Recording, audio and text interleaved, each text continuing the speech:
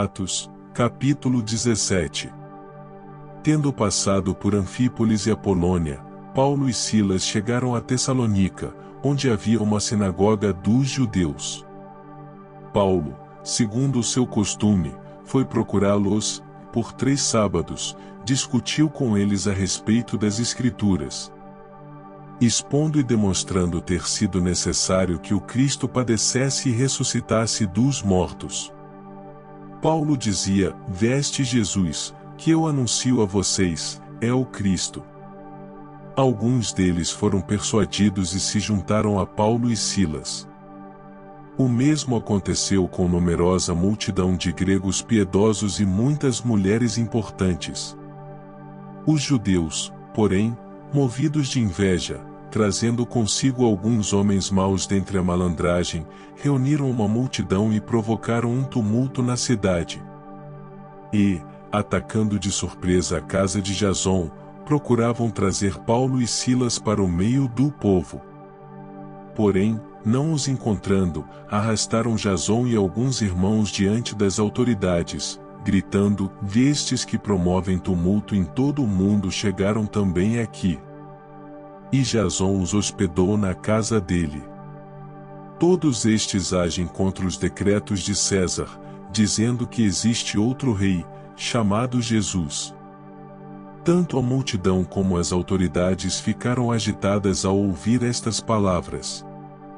Porém, depois de terem recebido deles a fiança estipulada, as autoridades soltaram Jason e os outros. E logo, durante a noite, os irmãos enviaram Paulo e Silas para Bereia. Ali chegados, dirigiram-se à sinagoga dos judeus. Ora, estes de Bereia eram mais nobres do que os de Tessalônica, pois receberam a palavra com toda a avidez, examinando as Escrituras todos os dias para ver se as coisas eram, de fato, assim. Com isso, muitos deles creram, mulheres gregas de alta posição social e muitos homens. Mas, logo que os judeus de Tessalônica souberam que a palavra de Deus era anunciada por Paulo também em Bereia, foram lá agitar e perturbar o povo. Então os irmãos fizeram com que Paulo fosse imediatamente para os lados do mar. Porém Silas e Timóteo continuaram em Bereia. Os responsáveis por Paulo levaram-no até Atenas e regressaram trazendo ordem a Silas e Timóteo para que fossem encontrá-lo o mais depressa possível. Enquanto Paulo os esperava em Atenas, o seu espírito se revoltava em face da idolatria dominante na cidade. Por isso, falava na sinagoga com os judeus e os gentios piedosos, também na praça, todos os dias, com os que se encontravam ali. E alguns dos filósofos epicureus e estoicos discutiam com ele, havendo quem perguntasse: "O que quer dizer esse tagarela?" Outros diziam: "Parece pregador de deuses estranhos." Diziam isso porque Paulo pregava Jesus e a ressurreição. Então, tomando-o consigo, levarão-no ao Areópago, dizendo: "Podemos saber que nova doutrina é essa que você ensina? Pois você nos traz aos ouvidos coisas estranhas e queremos saber o que vem a ser isso." Acontece que todos os de Atenas e os estrangeiros residentes não se ocupavam com outra coisa senão dizer ou ouvir as últimas novidades. Então Paulo, levantando-se no meio do Areópago, disse: "Senhores atenienses, percebo que em tudo vocês são bastante religiosos.